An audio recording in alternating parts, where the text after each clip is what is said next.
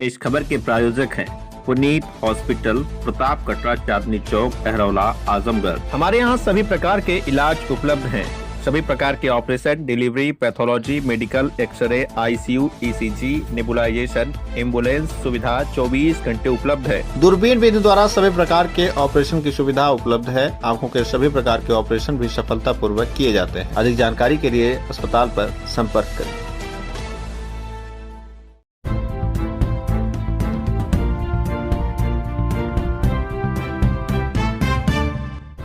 नमस्कार, आप देख रहे हैं तेज न्यूज। मैं हूं आपके साथ विनोद राजभर। आइए शुरू करते हैं खबरों का सिलसिला।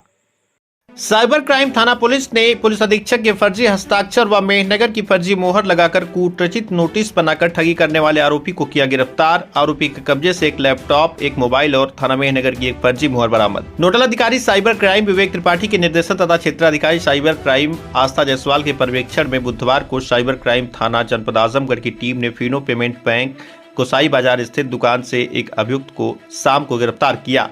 मेहनगर थाना क्षेत्र के ठोठिया गांव निवासी पीड़ित गुलाब चंद पुत्र संगत 5 अक्टूबर को पुलिस अधीक्षक को प्रार्थना पत्र दिया कि उसे और उसके भाई सुभाष चंद व सतीश चंद को डाक से एक नोटिस प्राप्त हुआ, जिसमें कहा गया था कि संतोष पुत्र वंशु व सुनील पुत्र लालमन कश्यप के प्रार्थना पत्र के आधार पर उनके खिलाफ विभिन्न धाराओं में मुकदमा पंजीकृत है और पुलिस अधीक्षक आजमगढ़ के समक्ष उपस्थित होने को कहा गया है। नोटिस के नीचे पुलिस अधीक्षक के हस्ताक्षर व थाना मेहनगर की मोहर अंकित थी।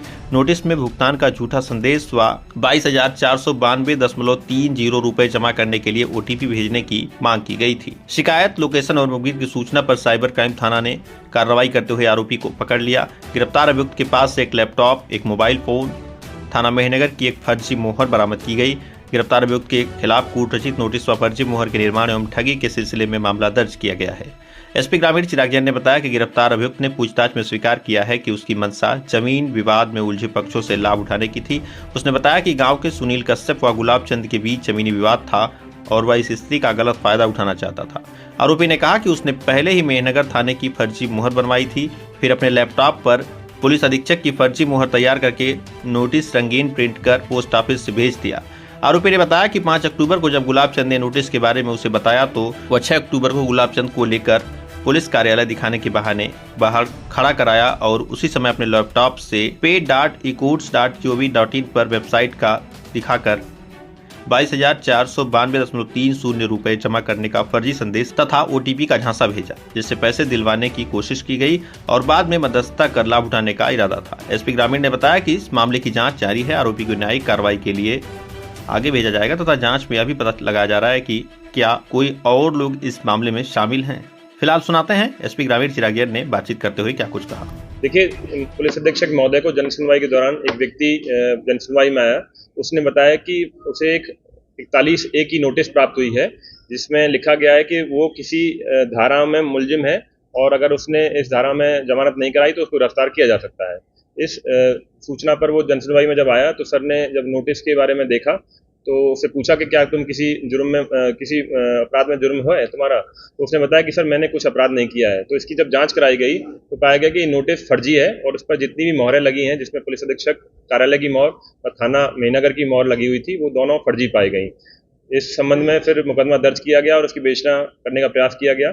इसमें जो जनसुनवाई में व्यक्ति आया था आवेदक, उसने बताया कि एक व्यक्ति है वो ये भी बोल रहा है कि मैं तुम्हारी गिरफ्तारी से बचा लूंगा और पूरी सेटिंग तुम्हारी करा दूंगा और तुम्हें परेशान होने की जरूरत नहीं है, कुछ पैसा लगेगा वो मैं करा दूंगा। तो इसी उद्देश्य से वो इस व्यक्ति को लेकर भी पुलिस अधीक्षक कार्यालय में आया और उसने अंदर जाकर एक बहरूपिया होने का प्रयास किया और उसने ये बताया कि अंदर मेरी सेटिंग हो गई है और बाहर आकर उससे फिर बोला कि लगभग 22,000 रुपये का पेमेंट आप इस वेबसाइट जो है pay.ecourts.gov.in मैं आपको दिखाना चाह रहा हूँ। ये वेबसाइट पर उसने ये बोला भी कि इस वेबसाइट पर पैसा जमा करना पड़ेगा और पूरा हो जाएगा।